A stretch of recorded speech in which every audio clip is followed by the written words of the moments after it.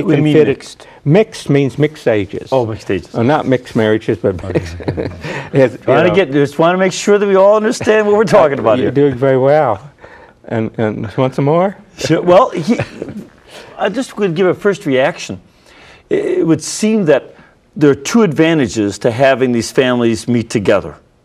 On one hand, with so many Americans living far away from their own families, children who don't know aunts, uncles, and grandparents might have substitute aunts, uncles, and grandparents within this group, as well as substitute cousins to play with and all. So that's one thing that strikes me. And the second thing is that it's easy at times for families to feel like, well, we don't want to be weird.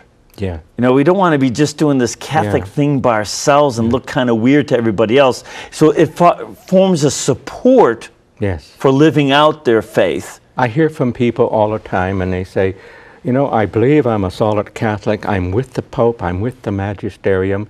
But other people in our parish, I don't think they are. And I tell them, you would be surprised if you could read their minds. What you got 600 people, 800 people there at Mass. If you could find out what's going on in their minds, many of them have the very same concerns you do. And when they get together, that's why the Pope called for families for families. They need support. Now, probably where you grew up in Chicago, Polish community? I mean, you know how united they are, and they stick together? You know, my grandparents, you went to one Sunday morning, the other one on Sunday afternoon, and being with the family. The grandparents lived with us when they got older, and you know, so and aunts and uncles, spending the night with them, and just that was just part of family life. I grew up where my grandparents homesteaded in the Dakotas, and all the farms around were uncles and aunts and first cousins. And I was 17 years old before I knew there was such a thing in the whole wide world of a Catholic who would deliberately miss Mass on Sunday. If you were a Catholic, I trusted you you know, perfectly, because we all were identified with the faith. But now with the modern economy, and you don't have your family farms anymore, and the big businesses, they're moving them here, they're moving them coast to coast, and what's happening to family life? So the Pope obviously knows this. It's happening all over the world. This is why he's saying we must form families to family groups or associations.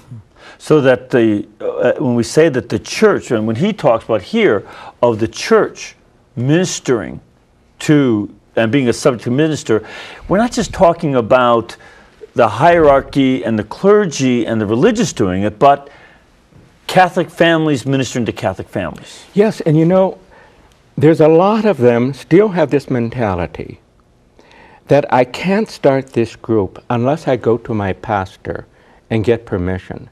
And I say, listen, you go knock on your pastor's door. With a shortage of priests, he's got so much work he can't do now. He's going to be scared to death you're giving him more work. All of our official texts are approved by the church. I said, you don't need anybody's permission to meet together and pray together and discuss the solid Catholic faith and any of our texts that are recommended. I have a group out in Detroit area using the Pope's encyclicals already to study. And you don't have to tell, you don't need his permission, you don't need the bishop's permission. I think the church has given us a mandate, we're supposed to do it. Yes, and I think, you know, that we don't ever want to do this in such a way that we would be opposed to, we're not trying to undercut anybody, any pastors, just don't have to bother me, just like you wouldn't ask the pastor, well, can I go over to so-and-so's house and play? You wouldn't do that. You don't need to ask for permission to pray either. And these people who get into the apostolate and follow the charter are the best supporters and the most loyal ones to the pastor. That's it's always when you have an authentic apostolate. So this then becomes a way to help with the teaching of the faith. Teaching and formation. And the formation, what's the difference between the two? How would you distinguish between formation and teaching? It's a real good question, Father, and it takes me way back when I started writing when I was a very young priest, and I wrote what I thought was a very beautiful article on education, and the editor of the magazine wrote back and said, "You did a very good job on education. You said nothing about formation." So I like to put it this way. Education has to do with the intellect. You inform, you give knowledge. Formation has to do with the will. Those are the two highest faculties of the soul, intellect and will. Right.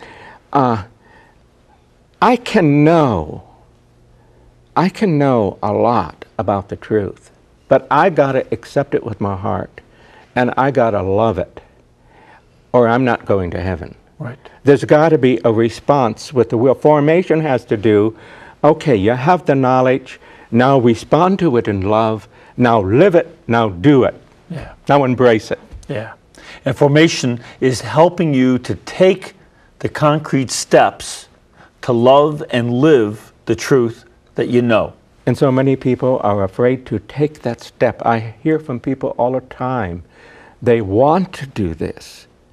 They're fearful. Why don't they trust in God more? Huh? Yeah, yeah. And they wow, like somebody said, we know, I can't think of the word now, apathy.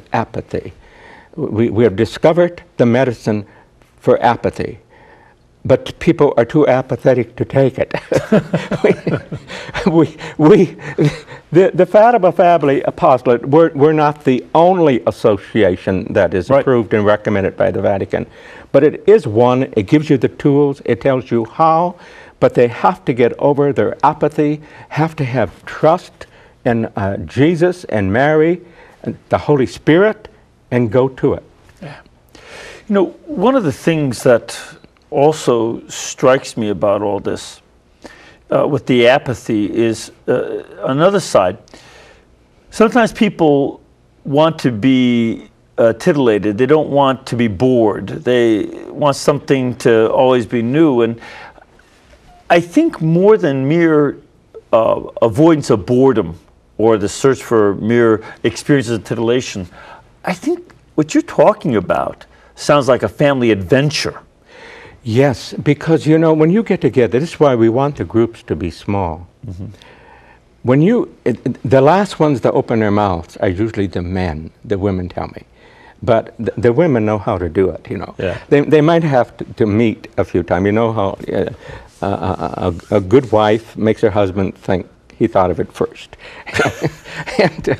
and to get the men to open up. But they do open up. But it takes art, and the women know how to do that. Yeah.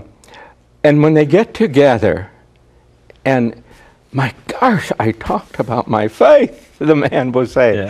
Yeah. And pretty soon they open up and they're relaxed. And this does something to their spirit. It gives them an inner conviction. It gives them a drive. This is formation. Yeah. And it works. We know it works. Yeah.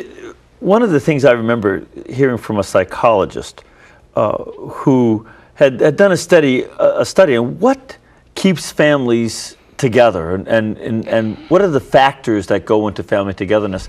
And he, interestingly enough, he found that one of the most common things was camping.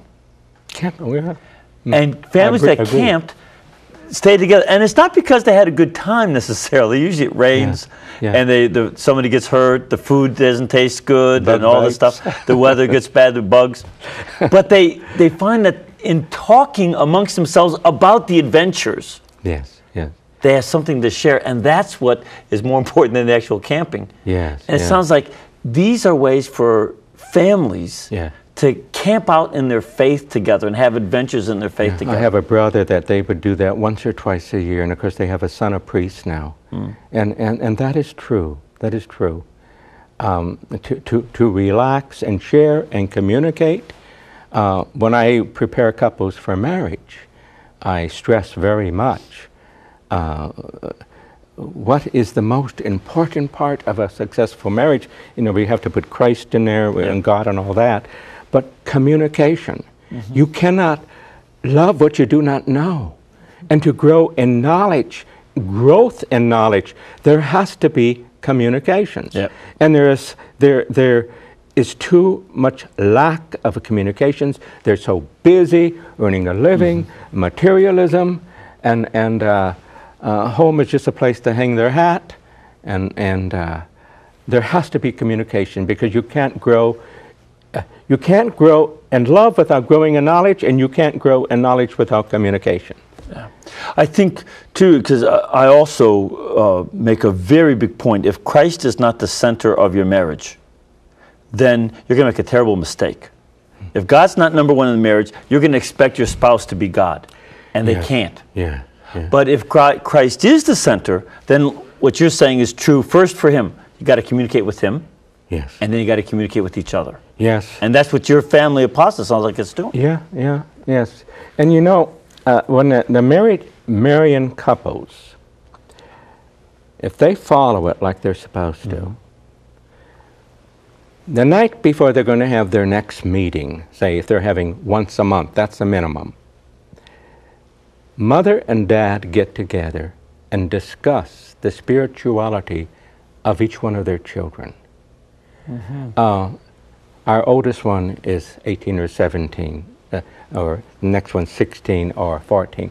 How are they developing in the faith? Do we really know where they are at in a relationship with Jesus, with the church? Most families, parents take for granted.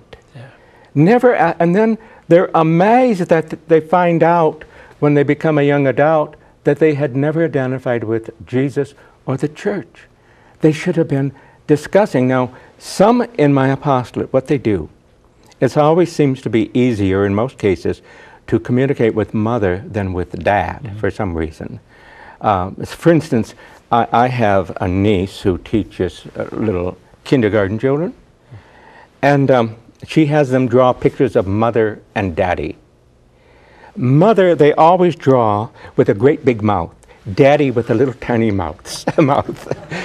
That's because women speak, actually women do speak more words per day than men, by more than twice as much. That's true. That's the studies have been done. They put a voice-activated recorder around them, and women speak more. What I have dads doing in this in this apostolate, they must relate with their children one-on-one. It doesn't work just with the family. Okay, you could be quiet, now we're going to talk about this, the whole family together. That's important too. But the dads will take their children out, even if it's just to get a pizza or something every so often, one-on-one. That the full attention of dad is given to that person. I had one dad tell me, had teenagers, the oldest kids were getting to be teenagers. They come home from wherever they've been, ball game or wherever, 11 o'clock at night, and to come in the bedroom, mom and dad would come in, and he said, I notice, I said to my wife, they always talk to you. They don't even look at me. They tell you everything. They tell me nothing. How come? And she says, you're so busy, you never talk to them alone. And he woke up. And this man was a lawyer. He wasn't dumb. He was a lawyer, a good Catholic lawyer too.